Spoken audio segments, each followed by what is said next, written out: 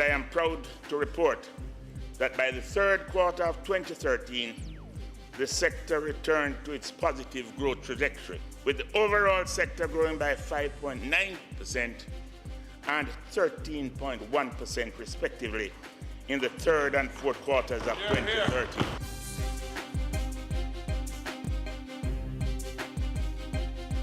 I have more news. Our preliminary estimates for the first quarter of 2014 are indicating approximately 18.7% growth in the domestic food crop sector. It is on this foundation that the Ministry of Agriculture and Fisheries is implementing strategies to continue the growth. These were disclosed by Portfolio Minister Roger Clark during his contribution to the 2014-2015 budget debate. I am reporting today that 7 out of the 9 agri-parks are up and running. At the start of the financial year, approximately 2,756 acres of land had been leased and $231 million spent to install critical infrastructure. Market-secure crops had reaped revenues of over 36 million Jamaican dollars and employed 225 farmers and 824 other workers. To build on this, the Agriculture Minister said plans were unfolding to fully utilize available lands on the agri-parks. And as we speak, we have out to tender some $620 million to implement an irrigation program in both Ebony Park and Spring Plain. All of this will result in a massive increase in production. We will only achieve renewal and continuity in the sector to the extent that we can engage young people. Within this context, we have to be deliberate in attracting and retaining youth. Initiatives to do that include the Youth in Agriculture program, which is engaging over 180 persons in Irish potato production on 100 acres of land. Meanwhile, 100 acres of agri-parks lands at Ebony Park have been distributed to 20 young people. We have further secured from the private sector and the University of the West Indies commitments to provide working capital to these young entrepreneurs who will be producing various crops under secured marketing and arrangements, and they will commence production as soon as we roll out the irrigation infrastructure. The government, in response to climate change, has spent over $5 billion to install new irrigation systems in the last 10 years to ensure sustainable agriculture through the reduction of our dependence on rainfall. $64 million is allocated to fund measures this year, which will help to reduce the effects of climate change on the sector. These activities include the setting up of rainwater harvesting systems, the training in climate-smart agriculture, proper water and land management, and promoting more efficient use of water through drip irrigation systems. The projects will be carried out under the Jamaica Adaptation Fund program. It is critical that we maintain support to our 220,000 farmers in order to sustain the growth momentum.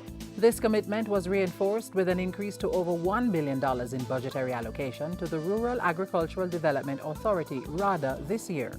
This is to strengthen the extension services offered. As it relates to technological support, 2 apps were created from a partnership with the Mona School of Business and Management.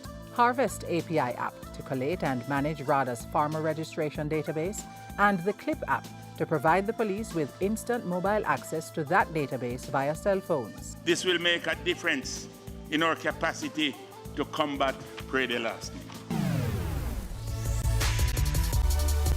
The growth process continues with the implementation of other stringent security measures. The most potent weapon against prey de larceny is a foolproof traceability system.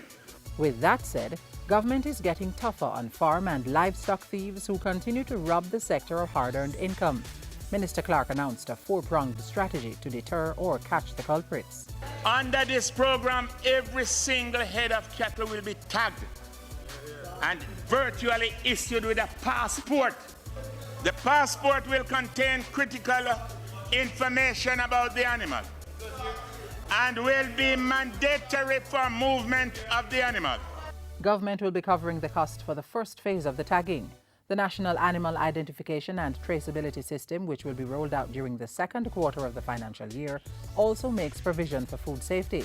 Other supportive measures include the establishment of a predial larceny unit within the ministry, a dedicated unit within the police force, and amendments to the Agricultural Produce Act and the Predial Larceny Act. The Agriculture Ministry is also partnering with the Jamaica Defence Force and Marine Police to acquire 2 drones to help monitor and survey our marine space. The drones will be fitted with cameras and will be deployed as necessary, and will have the capacity to transmit data back to base, which will assist in detecting and deterring poachers, as well as to assist with search and rescue at sea. The revised Fisheries Bill, which is to be tabled in the House of Representatives this parliamentary year, will provide the framework for the proper regulation of the sector. 2013 recorded an increase in non-traditional food exports by 5.7%, representing $152.7 million. This was due to increased exportation of yam, ackee, sauces, conch and lobster, sweet potato and pumpkin, among others. And continuing this trend, an export platform program is to come on stream that will stimulate more growth and expansion of non-traditional agricultural produce and products.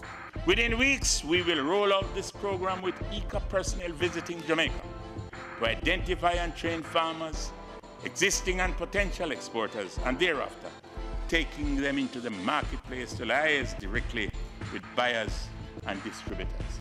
While that is being set up, linkages are being forged with Fresh Produce Consortium of the United Kingdom for the supply of sweet potato.